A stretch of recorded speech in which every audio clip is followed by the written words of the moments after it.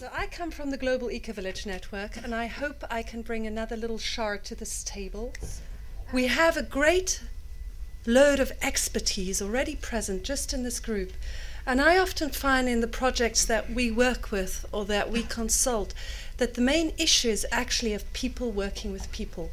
And how can we step into true collaboration instead of competition? How can we take the brakes out of our human systems so that human creativity can really run wild? And I think this is where the Global Ecovillage Network has something to offer from our quite long experience of actually building projects on the ground and living in them for many years. So the Global Ecovillage Network was founded in 1994 to support and speed up the evolution of sustainable communities worldwide. And at the moment, we're a constantly growing network of sustainable communities that are both in urban and rural environments worldwide. So we have three regional networks: the network in Oceania and Asia, the network of the Americas, and the Global Ecovillage Network of Europe that I'm the chair of at the moment. And we're in the process of setting up or supporting the emergence of Gen Africa at the moment, which is very interesting.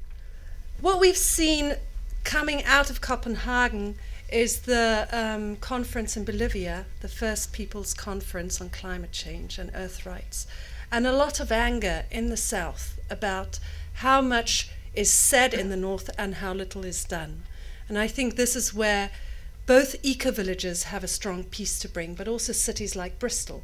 So for me, part of what we're doing here is we're working on a global level on North-South reconciliation by actually showing that we're really willing to lower our ecological impact in the North, and that we're willing to shift our quality of life from consumerism to different values, and that we're partnering with projects in the South that want to raise their quality of life, that appreciate the traditional wisdom that they still hold, and want to introduce green technologies. And all of this, the best way forward is to do it by participatory design methods that really involve the people on the ground to decide themselves what kind of sustainable development it is that they wish for. So this is what we're about.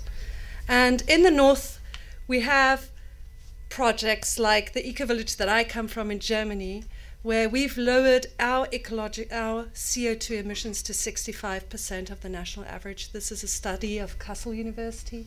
The Danish ecovillages have just brought out a study by a university that shows that they've brought down their emissions to 60%. Findhorn in the UK has brought down their emissions to 50% of UK government. So the ecovillages in the North are examples now that we can actually do this and live high quality, low impact lifestyles in the North, that this is perfectly possible. In the South, what's happening at the moment is that we're finding a huge influx. This is very fresh, this is very new. We've had the Sarvodaya in Sri Lanka, a network of 2,000 villages. They've been part of the Ecovillage Network for a long time.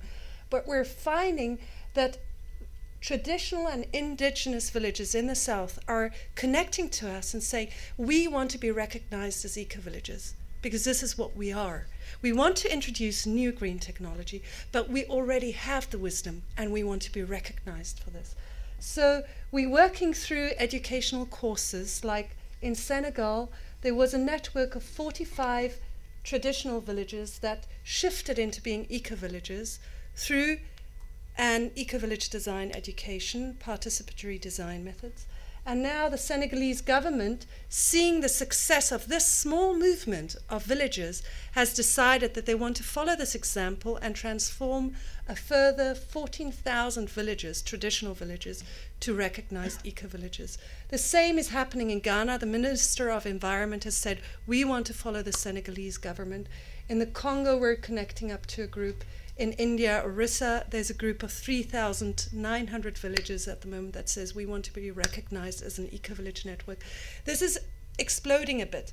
And it's about recognizing the value of what we still have and making sure this is not destroyed. And I think that cities and places in the North that actually walk their talk as far as sustainability is concerned, can have a great impact on this. As far as I'm concerned, I'm a grassroots person. This is where I come from. The most underutilized resource we have is the good intentions and creativity of citizens and their willingness to make a difference. So what do we need to use this resource in a more helpful way? And I think this is where the Ecovillage network has something to share. It's like using the pattern language of building community and transferring this to places like Bristol, to many different environments. And it's about walking your talk. That's the basic thing. You know, creating actual experiments in sustainability constantly, as quickly as possible. Developing the social tools that we need. You know, this is the one thing that we haven't had in our education. We haven't had a good education on how to work together. And we need this. It is something that we can learn. I've met so many people who've created a lot of projects and they come out disappointed because of the human friction, the human conflict that has arisen. This is not a necessity. We don't have to use our energy in this way, and we don't have the time for it anymore.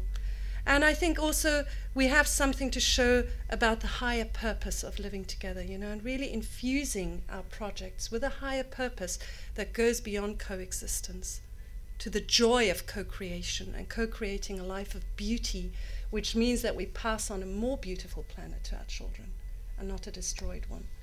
So eco-villages, or any kind of sustainability projects, this can be cities, can become living and learning centers. And wherever these seeds are sown, we see that they spread into their environments. Wherever strong living and learning centers happen, they start inspiring their hinterlands. In the Earth Charter, it says, provide all with educational opportunities that empower them to contribute actively to sustainable development. So we've gone in the Ecovillage movement, and we've, from our experience, we've devised different courses, and we're in the process of devising courses that want to support civil engagement. And we see urban centers that can be transformed by this idea that David and others are bringing here by connecting to the hinterland and eco-village projects in the hinterland of the urban center. So one course that I just want to quickly show to you is the course called Beyond You and Me, Social Tools for Building Community. It's a 5 to 7 day intensive. The book on this that brings together experience from the Global Ecovillage Network can be downloaded on the internet. Then we have the Ecovillage Design Education that we're taking. Currently it's running in around 30 countries worldwide. We're starting the first course, for instance, in India to work with this network of 4,000 eco-villages next February, in South Africa the year after. So it's spreading. And the course is mainly about bringing balance, bringing a holistic view to sustainable development.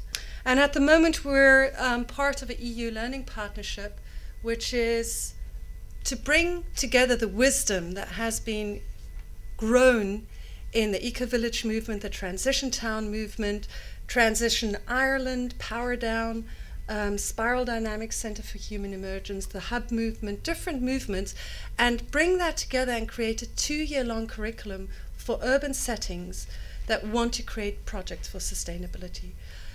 So we're open to the name. It's still in the process of being created, so I'm very open to feedback on this idea. I'm very, very open to speaking with people who are interested in this. The course will be ready by autumn 2011. It's funded by the EU. We have very good chances of getting further funding for a multilateral project. And we want this course to run in green capitals over Europe, spread over Europe, so that the experience from different green capitals can be connected to each other and can be exchanged.